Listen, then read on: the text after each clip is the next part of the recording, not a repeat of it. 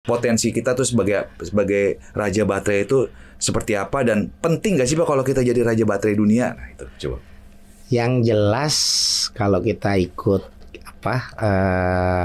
diskusi-diskusi yang ada di luar negeri, baik itu di LME, Betul. Shanghai Metal Exchange atau di mana-mana, itu rata-rata semua dunia sekarang berorientasi itu ke Indonesia, karena Indonesia dianggap satu-satunya negara yang sudah bisa membuat integrasi terhadap satu komoditas menjadi produk. Maksudnya gimana tuh Pak? Mulai dari nikel sampai jadi baterai, itu sebenarnya di Indonesia udah ada.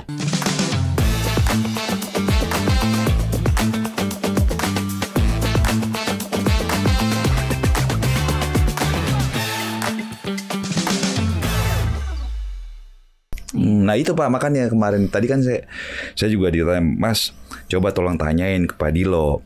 Kemarin berita yang ramai di CNBC itu Indonesia bisa jadi raja baterai dunia. Nah mungkin kan Pak Dilo langsung ketawa nih. Kasihlah Pak sedikit Pak yang menarik ya buat kita ya, cerita. Bisa bener Pak kalau kita bilang kaya mineral, bisa gak kita jadi raja baterai dunia? Bapak bisa ngejelasin nih Pak ke sobat-sobat cuan, potensi kita tuh sebagai raja baterai itu seperti apa, dan penting gak sih Pak kalau kita jadi raja baterai dunia? Nah itu coba. Yang jelas kalau kita ikut diskusi-diskusi yang ada di luar negeri, baik itu di LME, Betul. Shanghai Metal Exchange atau di mana-mana, itu rata-rata semua dunia sekarang berorientasi itu ke Indonesia, karena Indonesia dianggap satu-satunya negara yang sudah bisa membuat integrasi terhadap satu komoditas menjadi produk. Maksudnya gimana tuh Pak? Mulai dari nikel sampai jadi baterai, itu sebenarnya di Indonesia udah ada. Jadi mulai dari memproduksi ornya, ornya kita itu nikel ornya itu dari yang kadar tinggi kita sebut saprolite, kadar rendah kita sebut lemonite, saprolite itu harus diprosesnya melalui pembakaran yang namanya RKEF. Kalau yang di bawah yang lebih kadarnya lebih kecil, lemonite ini harus diprosesnya melalui HPAL. Jadi nikel sulfat, dari nikel sulfat jadi prekursor, jadi cathode, kemudian jadi baterai sel jadi baterai pack, sampai baterai recycling. Ini sebenarnya di Indonesia udah ada semua. Iya. Nah, memang hari ini MindID dalam perjalanan untuk mengintegrasikan di dalam satu perusahaannya MindID. Di dalam satu holding itu Pak? Dalam satu holding, tapi kita belum selesai nih. Mengintegrasikannya gimana tuh Pak? Ini seru. Ya artinya di MindID bisa dari hulu ke hilir gitu, ada lengkap semua Pak? Lengkap semua. Wow. Jadi kita memang harapannya itu. Tapi kalau di Indonesia dengan berbagai macam perusahaan yang ada di Indonesia hari ini, sebenarnya itu semua udah ada. Kayak misalnya baterai sel kan udah ada nih yang di Kerawang. Iya, betul. Terus prekursornya juga udah ada gitu kan. Nah, tapi ini memang sebagian masih di luar grup, gitu, masih Pak, di luar grup MindID. Nah, MindID nanti akan punya satu yang ini. Nah, dengan konsep kayak gitu, semua negara sekarang pengen nyontok nih Indonesia. Belum ada negara yang seperti itu Pak? Belum ada. Masa Pak? Belum ada. Dalam satu teritori negara ini memproduksi dari sumber daya alam mentahnya sampai produk jadi. Iya. Itu belum ada. Makanya sekarang rata-rata mau kayak gitu semua. Afrika sekarang mau membatasi ekspor bahan mentahnya dia mau nyontoh Indonesia. Sekarang Arab Saudi Uni Emirat Arab itu mau bilang bahwa dia mau jadi hub aluminium. Tapi kan dia nggak punya boksitnya. Nah ini karena apa? Nyontoh Indonesia. Filipina membatasi ekspornya dia gitu. Dia juga pingin buat seperti Indonesia. Jadi banyak negara-negara hari ini yang sudah ingin menyontoh Indonesia. Cina mungkin salah satu yang memang punya komplit gitu. Tapi banyak juga bahan bakunya dia kan diimpor dari Indonesia. Nah ini yang menurut saya makanya sekarang dari negara-negara di luaran sana melihat bahwa nggak bisa nih ninggalin Indonesia. Ya memang Indonesia harus diajak kerjasama gitu. Nah, ini saya pikir opportunity yang bagus buat kita untuk bisa memberikan positioning yang lebih kuat dalam tawar-menawar bilateralnya kita sama negara lain. Indonesia itu strategis banget sekarang nih Pak, kalau kita bisa kelola dengan benar Pak, karena kita semuanya ada ya Pak ya. Mineral kritis, mineral strategis tadi yang Pak dari kita udah mendefinisikan mungkin ada sekitar 47 mineral kritis. Jadi dari situ kita lihat bahwa hampir semuanya di Indonesia ini ada. Nah, kayak timah gitu kan turun untuk buat baterai untuk buat dinamonya untuk EV itu butuh magnet. Bahan bakunya magnet itu neodymium. Itu timah punya. Sehingga ini yang akan kita terus, makanya untuk timah mungkin arahnya kita mau buatin diversifikasi produk yang gitu. Tapi kenapa kita belum bisa jadi raja Pak? Karena kepada udah ada semuanya Pak. Kenapa kita masih belum bisa? Volume itu memang sangat terkait sama demand-nya. Demand itu sangat terpengaruh. Volume maksudnya kurang banyak gitu Pak, produksinya. Kalau udah volumenya besar, ya pasti ya jadi raja gitu kan. Tapi hari ini karena memang kita pinginnya kan juga pasar itu bukan men-serve pasar luar negeri gitu. Tapi kalau bisa kita juga bisa jadi raja di dalam negeri, di rumah kita sendiri. Nah, pasar di Indonesia ini belum, karena industrinya belum banyak bergerak di ya Pak ya. Sektor industri manufakturingnya ini yang memang harus juga jadi bergeliat. Nah, kalau kita lihat baterai gitu ya. Kalau misalnya motor itu kan paling 7 kilowatt. Terus kalau mobil kira-kira 70 kilowatt gitu. Lah kalau kita memproduksinya hampir 7 giga ya paling 100.000 gitu. Nah sementara jualannya kita mungkin baru 10.000 sampai 20.000 per tahun. Nah itunya yang harus hidup gitu. Nah ini banyak pengaruhnya. Ada juga dari sisi daya belinya masyarakat juga harus ditingkatin. Nah makanya selain kita coba mendorong dari sisi PDB-nya, nah PDB ini harapannya juga nanti ada pemerataan dari sisi PDB per kapita, pendapatan rakyat yang ada di sekitar industrinya kita. Nah ini kita lihat bahwa setiap kita membangun infrastruktur, rata-rata PDB per kapitanya itu pertumbuhannya udah double digit. Benar. Nah ini yang kita ngelihat harusnya daya beli masyarakat juga lama-lama meningkat dengan adanya pemerataan industrialisasi. Jadi kita nggak fokus di Jawa gitu, tapi juga di tempat lain. Iya, industrinya harus tumbuh dulu ya Pak, biar daya belinya juga bisa naik. Kayak misalkan Cina, kenapa sih Pak sekarang raja baterai, produsen baterai terbesar dunia kan dari Cina ya Pak? CATL ya Pak ya, yang juga mau investasi di Indonesia juga kan Pak. Kenapa Pak mereka bisa jadi raja baterai? Karena mereka produksinya besar atau karena mereka industrinya jalan, jadi akhirnya yang demand baterainya itu makin besar, itu gimana tuh Pak? Bisa mungkin Pak Nilo. Nah kalau raja baterai secara produk baterainya memang CATL adalah salah satu produsen terbesar di dunia. Cina nih kan, dari Cina ya Pak ya. BYD mungkin nomor 3 atau nomor 4 gitu. BYD itu ternyata baterai ya Pak ya? Baterai. LG nomor 2 gitu kan. Kalau Tesla itu nomor 5 nomor 6 lah. Nah, mereka memproduksi baterai tapi kan bahan bakunya tidak dari mereka sendiri gitu. Kalau kita ini kan tadi yang saya bilang integrated gitu.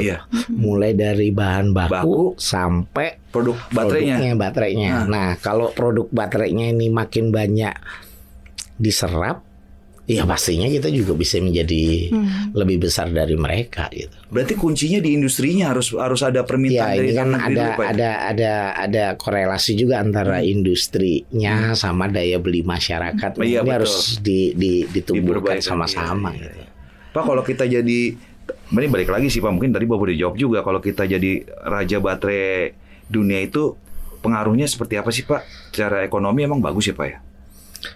Karena trennya kan sekarang kan semua orang ngomongin EV, semua orang ngomongin listrik, itu penting emang ya Pak. Ya, tapi kalau lihat dari faktualnya kan memang pertumbuhan EV tidak seperti yang diperkirakan. Jadi kalau mungkin pertumbuhan EV ya ada pertumbuhan gitu, tapi tidak seperti yang diperkirakan sebelumnya. Nah makanya alternatif produk itu tidak harus EV loh. Baterai itu kan bisa dipakai bukan cuman untuk EV, bukan untuk motor mobil doang Pak ya.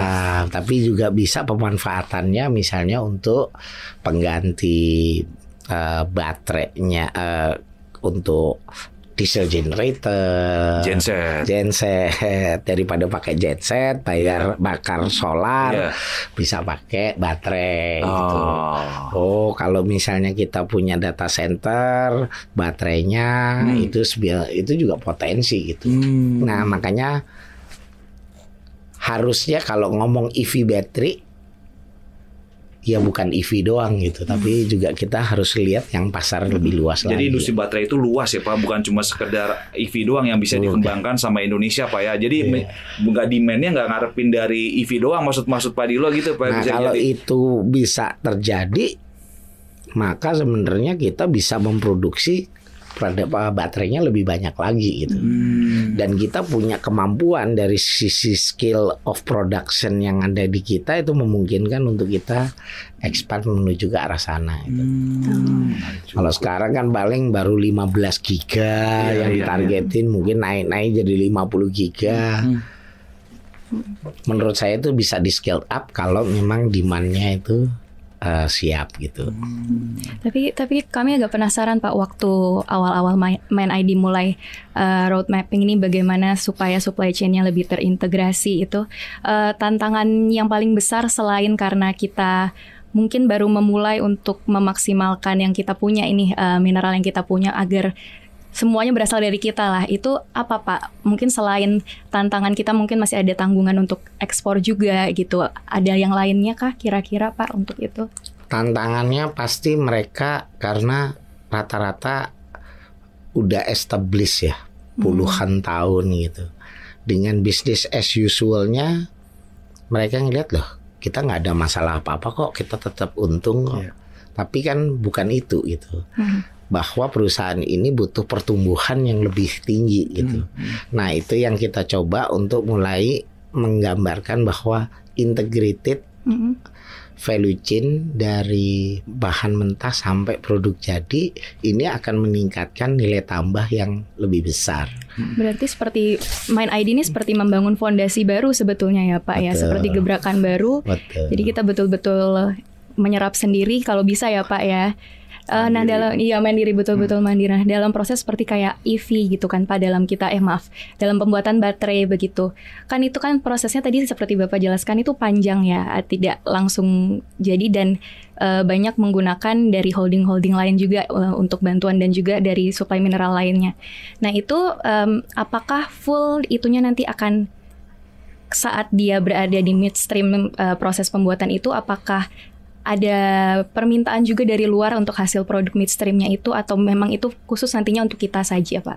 Ya, pertama kalau sekarang mungkin rata-rata memang produk midstreamnya yang kita buat ini untuk domestik paling terserapnya kurang dari 30%. Jadi masih porsi besarnya itu kita ekspor. Nah ini yang tadi mungkin kita butuh untuk demand-nya dikembangin supaya ini bisa terserap. Nah tapi kalau kita lihat lagi bahwa integrasi ini gimana, kadang-kadang ini juga harus bisa mengawinkan sinergitas antara anggota holdingnya kita juga. Contoh, boksit itu yang punya tambang Antam. Terus untuk produksi aluminiumnya yang punya Inalum. Nah ini kita punya inisiatif bahwa boksitnya ini untuk bisa diterima aluminium harus ada alumina dulu, harus dirubah jadi alumina. Ini saya gabungin nih. Antam punya saham di anak perusahaan ini 40%, Inalum 60%, sama-sama di sini buat Alumina. Oh, kita ngitung keekonomiannya ini semuanya mulai dari awal sampai jadi aluminium ini kita hitung sama-sama, kita buka sehingga mereka semua bisa saling mereview untuk bisa mendapatkan scale of economic. Nah, itu yang sebelumnya mungkin nggak kelihatan gitu. Jadi kita ini sekarang mengintegrasikan ini memang penting. Nah, nanti ini juga sama. Apakah produk aluminium ini nanti bisa dimanfaatkan oleh Antam lagi dengan bekerja sama dengan si mitranya CATL, atau mungkin sama Freeport juga produknya ini nanti tembaganya bisa dimanfaatin. Nah, ini juga kita liatin, kita buatin landscape roadmap dari semua bisnis. Jadi kita punya nih pohon industrinya kira-kira dari bahan mentah ini kira-kira jadi produknya apa aja, itu kita buatin. Nah, ini tuh kita kasih sama mereka. Nih kalau kamu buat kayak gini, ini nanti bisa ke sana, ini bisa ke, paling tidak di grupnya Main ID. Makanya Main ID ini jadi kayak apa ekosistem sendiri nih. Ini kalau berhasil bisa sirkular untuk pertumbuhan semua ya ini ya Pak ya berarti. Jadi sampai kayak misalnya si nanti Antam itu akan punya sampai ke baterai recycling. Aluminium sekarang udah punya sampai ke aluminium recycling. Nanti sama nih, Timah juga akan saya arahin gimana dia juga dapat bahan baku yang dari recycling produk. Oh, si Antam juga sama. Nah, luar biasa sih jadi, Pak. Luar biasa sih harus itu complicated gitu loh Pak. Dan itu semuanya di bawahnya Pak Dilo. Pak Dilo yang ngatur semua biar rantai bisnisnya bisa itu, dan itu nggak gampang maksud gue gitu kan. Bagaimana bisa Pak ke depan Main ID mau ngapain sih Pak? Apa sih Pak visinya Pak? Main ID itu sederhana visinya. Kalau dulu kan dibilangnya harus menjadi perusahaan global yang terbaik gitu kan.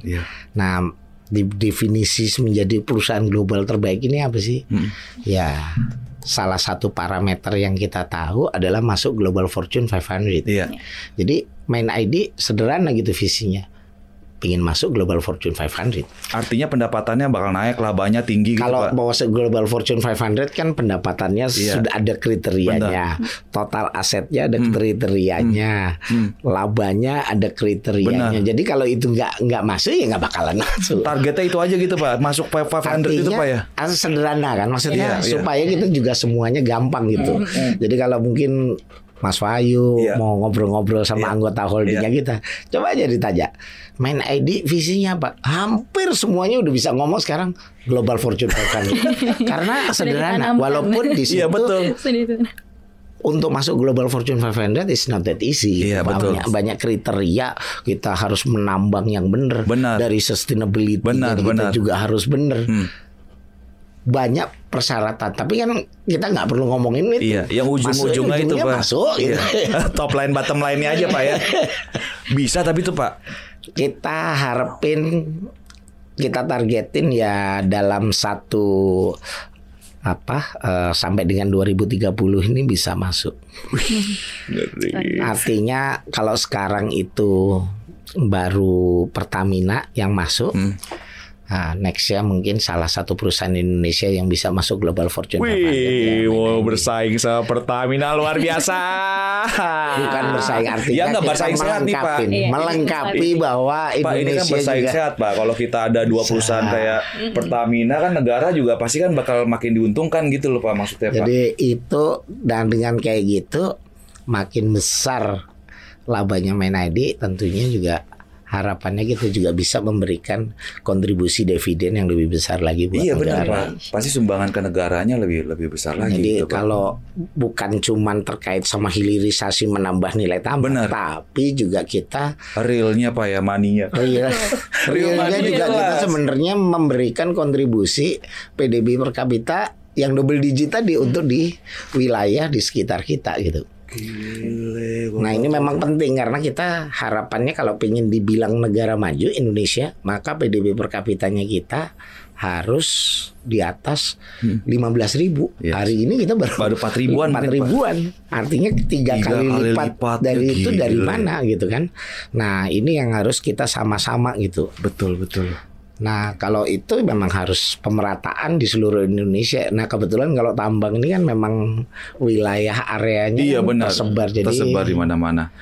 Pak, tapi ngomong soal tambang, kita kaya tambang, tapi kenapa kita nggak bisa ngatur harga ya Pak? Harganya masih diatur sama internasional gitu Pak. Orang-orang yang nggak punya itu bisa ngatur harga kadang-kadang Pak. Padahal barangnya dari kita Pak. Nggak ada, kita nggak mau ada niat. Kita mulai. Jadi kayak misalnya si timah. Timah itu adalah eksportir. Eksportir terbesar di dunia. Maksudnya PT Timah nih Pak, PT Timah TBK. PT Timah, bukan Indonesia. Oh Indonesia. Okay. Di mana mungkin hampir 50% daripada ekspor itu dari PT Timah gitu. Kebutuhan global 50%. Kalau kebutuhan global, jadi kalau 300.000 kita itu sekitar 60.000, jadi 1/5 20%. Terbesar tapi Pak, terbesar. Nah, kita produksi 60.000 itu relatif ekspornya Indonesia itu adalah terbesar di dunia. Karena sebenarnya secara produksi Cina lebih besar. Benar. Tapi dia nggak diekspor. Benar. Buat konsumsi sendiri. Benar. Nah kalau Indonesia 60.000 memang keluar semua. Jangan yang beli Cina juga gitu. Iya terus Pak. Nah karena kita sebagai pemasok dunia, maka sebenarnya kita bisa setting price. Makanya kan kalau timah ngacunya ke London Metal Exchange Index. Mereka punya bursanya nggak kayak di Indonesia nih. Bursanya mereka itu punya inventory. Dia akan barangnya ada gitu Pak ya. Bukan cuma physical trading, tapi mereka melakukan forward trading juga. Jadi kalau misalnya harganya murah dia ngambilin barang, stok. Nanti begitu kalau misalnya harganya terlalu naik, mereka lepas. Jadi dia ada konsepsi seperti itu. Nah, kita paling ditakutin. Maksudnya gimana Pak? Karena kalau kita punya, kayak misalnya kemarin ada isu bahwa kita akan ada penurunan produksi gitu. Harga langsung naik. Berarti mereka sangat was-was melihat kita ya Pak ya. Nah tapi kita juga bangun sekarang komunikasi dengan produsen-produsen besar dunia. Kayak misalnya Yunantin, ini kita ajak ngomong nih. Bahkan salah satu produsen yang ada di Afrika sekarang kita sedang ajak diskusi untuk kita juga bisa memproduksi timah di sana, sehingga bisa mulai ngatur pasokan untuk ke dunia. Nah ini penting nih. Jadi hari ini salah satu komoditasnya kita bisa naik itu juga karena peranannya kita dalam konteks harga ini juga penting ya Pak. Juga udah mulai perannya udah mulai kelihatan. Nah ini memang kita nggak bisa sendiri, tapi harus sama-sama pemerintah juga karena pemerintah memberikan izin untuk kita jualan. Pasti konsekuensinya terhadap suplainya kita ke dunia gitu. Kayak kemarin pemerintah baru ngeluarin izin RKAB-nya sedikit, wah harga pasti naik kemana-mana. Nah itu. Oh jadi itu makanya penting ya Pak, komunikasi itu Pak ya, ngeluarin berapa produksi itu pasti menggerakkan harga. Indonesia itu berarti menggerakkan harga dunia Pak ya. Menggerakkan harga dunia gitu. Nah ini yang mesti disadarin sama semua stakeholder bahwa harusnya kita punya satu gitu. Kita nggak perlu volume jualan yang terlalu besar, asalkan harganya bagus bisa naik, ya kenapa mendingan kita simpan dulu kan gitu. Nah ini untuk nikel pun sama. Untuk nikel sama, walaupun kelihatan sekarang nikel harganya turun, tapi kan premiumnya naik terus. Artinya sebenarnya ada ketimpangan dari sisi demand supply nih. Nah ini yang sebenarnya kita perlu antisipasi. Kalau pengen jadi raja Artinya kan bukan punya sesuatu yang besar, tapi juga punya kekuasaan dalam mengontrol perdagangan. Nah, kontrolnya kita terhadap perdagangan dunia ini seperti apa? Itu yang lebih penting. Banget. Jangan kita punya banyak barang yang nentuin harganya orang yang punya barang, itu kan jadi nggak masuk, secara logikanya gimana ya? Misalnya tembaga sekarang kita maunya semua diproduksi di dalam negeri, diolahnya. Sampai nanti jadi lempengan tembaga atau copper foil, sampai jadi tembaga untuk kabel root gitu kan. Itu semuanya kita udah siapin. Sekarang kita lagi jalan untuk mengundang investor berinvestasi di Indonesia. Sobat Cuan, jangan lewatkan lanjutan obrolan seru yang gak kalah menariknya dari pembahasan kita kali ini. Hanya di channel YouTube Cuap Cuap Cuan.